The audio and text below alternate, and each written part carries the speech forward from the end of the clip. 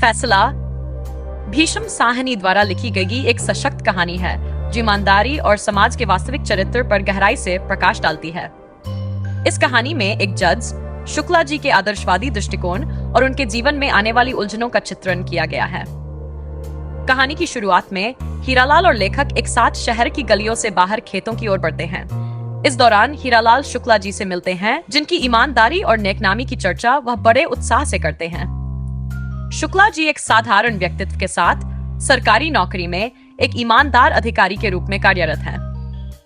हीरालाल उनका उदाहरण देते हुए बताते हैं कि कैसे शुक्ला जी ने बिना किसी व्यक्तिगत स्वार्थ के जीवन जिया है और उन्होंने किसी भी हालात में अपने कर्तव्यों से समझौता नहीं किया। कहानी का मुख्य विषय तब उभरता है जब शुक्ला जी एक गंभीर मुकदमे में फंसते हैं।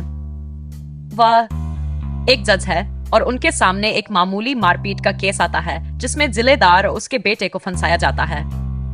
शुक्ला जी का आदर्शवाद उन्हें इस स्थिति में घेर लेता है क्योंकि वह यह सुनिश्चित करना चाहते हैं कि निर्दोष व्यक्ति को सजा न मिले।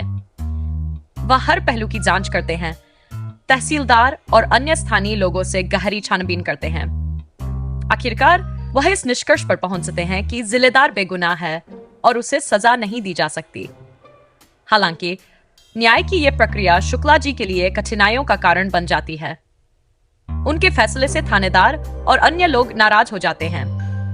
यह मामला हाई कोर्ट तक पहुंचता है, जहां शुक्ला जी की ईमानदारी पर संदेह किया जाता है। अंत में शुक्ला जी की नौकरी और प्रतिष्ठा पर इसका गहरा असर पड़ता है और वह अंततः सरकारी सेवा छोड़कर एक शिक्षक बन जाते हैं। कहानी का संदेश यह है कि सरकारी अफसर या समाज के किसी भी व्यक्ति के लिए ईमानदारी और सत्य के रास्ते पर चलना कितना कठिन हो सकता है।